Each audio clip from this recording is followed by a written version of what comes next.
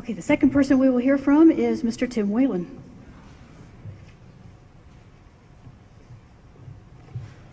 I'm a candidate for the Forest Preserve because I'm a DuPage County taxpayer. Commissioner Fermento calls himself taxpayer's watchdog, but he's not watching my taxes and he's not watching yours. On his watch, he woke up to the fact that an IT department head was diverting $12,000 a month to taxpayers' money over the past year. So then he voted for a $100,000 no-bid personal service contract for a company that had little experience in forensic accounting to investigate, a job that the state's attorney should have conducted. Realizing the folly of that decision, Fermento made a motion and passed a resolution awarding a no-bid personal service contract to a political strategy company called Reverse Spin to pay them $48,000 to spin how he's spending the taxpayers' money. These contracts are wasteful and in violation of procurement and ethical statutes in the state of Illinois. I'm a candidate because I'm a taxpayer in Illinois, in DuPage County, and I want to be your voice to end old-time politics on the Forest Preserve Board. A bit of taxpayers' rage, you bet. Thank you. Have a seat. And we have some questions for you. Here we go. So we'll start with you, Mr. Whalen, since you made your statement second. Please state your opinion on removing health insurance and pension benefits and reducing salary for the part-time job of Forest Preserve Commissioner. You know, I think my opponent is the model for the answer to that question. You know, he signs an affidavit that says that he's, to qualify for his pension, that he's served 1,000 hours. If you divide that into the salary, that's $570 an hour that he bills taxpayers for his services. I'm an attorney, and I don't bill that kind of money. I believe that there is the necessity for reform with regard to the pensions, with regard to the salaries, and with regard to the benefits for the commissioners. Thank you. Mr. Fermento?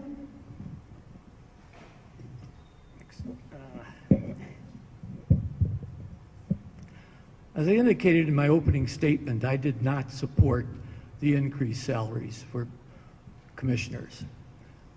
I attempted to separate the questions so that I'd be able to vote separately on my particular salary. Unfortunately, it was a courtesy that was not extended to me. As far as the health benefits are concerned, we review those very carefully each year. And I think that the health benefits that we provide for our staff are very good. I also think that the pensions have also been reviewed carefully. My pension was established long before I got to the Forest Preserve, so if they elected to eliminate the pension, I would have no problem with that. Thank you. Okay, Mr. Fermento, we'll go back to you then to start with the next question. It's actually a couple questions together. How would you handle the district's nearly $500,000 annual public relations budget, specifically the $48,000 no-bid contract awarded to Reverse Spin for crisis public relations?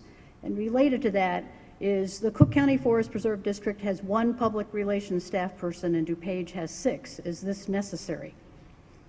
Well, from a staffing standpoint, our public affairs program has 6 people involved in it.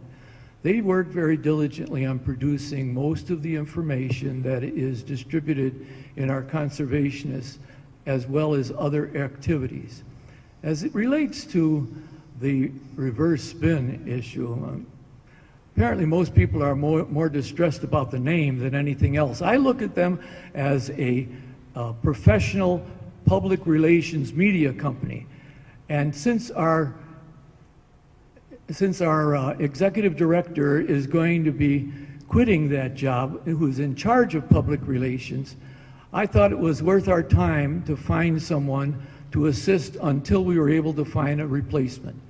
During that period of time that he is gone, which will be in the early spring of this year, we will be able to use his salary to underwrite the cost of having a separate firm come in.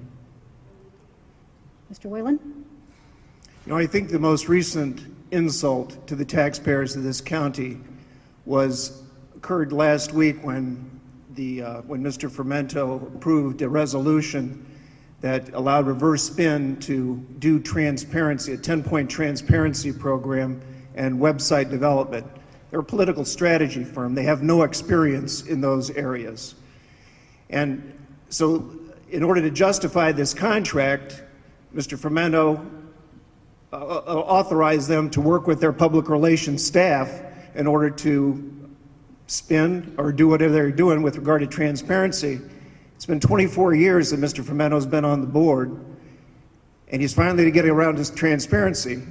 But are we going to get real transparency, or are we going to get spin? Okay. Thank you. And we'll stay with you, Mr. Whalen, for question number 3. In light of recent events where 2 Forest Preserve employees were accused of misuse of public funds, do you think that the Forest Preserve Board of Commissioners should be held accountable for not having policies and procedures in place to protect taxpayers? It's an issue of leadership. When you're serving on a board, you take the responsibility. You're the captain of the ship. So yes, a Forest Preserve Commissioner has to take responsibility for their employees. In this case, their IT department head and another employee. For a year, we're diverting $12,000 a month to companies that benefited them. It took a year. Who was asleep at the wheel? Mr. Fermento? As I indicated before, I watch all the expenditures, and I'm very proud that I do. I will tell you that I questioned every time I saw the $12,000 item come up. And when I discovered that, I went in and I spoke to our financial people, and they demonstrated to me that they had a contract that indicated that this was a legitimate payment. When I looked into it further, I reported to the president that I believe there is something wrong at this particular point. Yes, it took us a while to discover it, but we were trying to be very careful. But when you are dealing with people's lives, you cannot make accusations that are not well-founded or have the evidence to support it. I think we took our time, we did the right job, and we got to the root of the problem. Thank you. Mr. Fermento, we'll stay with you for the next question to begin. Do you support a requirement for the Forest Preserve to hold public hearings and comply with county and municipal zoning, and comply with municipal and county zoning ordinances before building on Forest Preserve lands? That is our policy. We have done that in the past. We had public hearings on almost every issue. Whenever we had public hearings or we had individuals step forward and say they wanted more information, we did arrange for public hearings again. So I think we've attempted to comply with the law. The issue as far as being sure that everybody is informed is part of the reasons why we are developing a transparency program that will further enhance the opportunities for people to get direct information quickly. Mr. Whalen? Would you like me to read it again, since I kind of stumbled over it? Do you support a requirement for the Forest Preserve to hold public hearings and comply with county and municipal zoning ordinances before building on Forest Preserve lands? I support a move to get rid of the intergovernmental agreement that the Forest Preserve entered into with the county when the 2 boards separated, that allows them to be exempt from zoning laws here in the state of, in the county of DuPage. Anytime that there's a zoning change, the zoning rules, we experienced that with Navistar, where there are required hearings that you have to be conducted, that you have cross-examination, you have presentation of evidence, you have witnesses come forward, you have an airing of what the issues are for the neighbors that are surrounding and for the whole community. Well, the Forest Preserve is exempt from that. They don't have to do that because they made this intergovernmental agreement in 1988 with the county board not to have to comply with those rules. I think it's unconstitutional. Thank you. Mr. Whalen, we'll stay with you to start this next question. Do you believe it is appropriate for board members to take campaign contributions for Forest Preserve, it must be from Forest Preserve vendors and contractors? Let me start over. Do you believe it is appropriate for board members to take campaign contributions from Forest Preserve vendors and contractors? I would say that that doesn't make ethical sense to do that. I know that I've talked to a number of contractors, and I've asked them why they don't bid on jobs for the Forest Preserve. And they've, to a voice, have said, you know, it doesn't do any good, Tim, because they always choose the same people, and it's always those people that contribute to their campaigns, to Mr. Fermento's campaign. So no, I don't think that Forest Preserve candidates or commissioners should take donations from contractors. Mr. Fermento? I will tell you that the contributions that I receive are from people who believe in good government, people who believe that we're doing a good job, whether they are contractors, individuals, or attorneys, whatever it may happen to be. Most of these people, I will admit readily, that I've known a long time, and they look at me as someone who is doing a good job and wish to see that I continue to do a good job. So I accept those contributions when they are appropriate.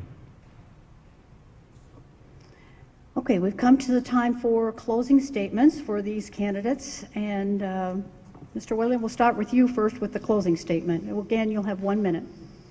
Thank you. The theme of my campaign has been and is preserving the green. I'll give you new and energetic leadership to preserve the green for our children and for our families.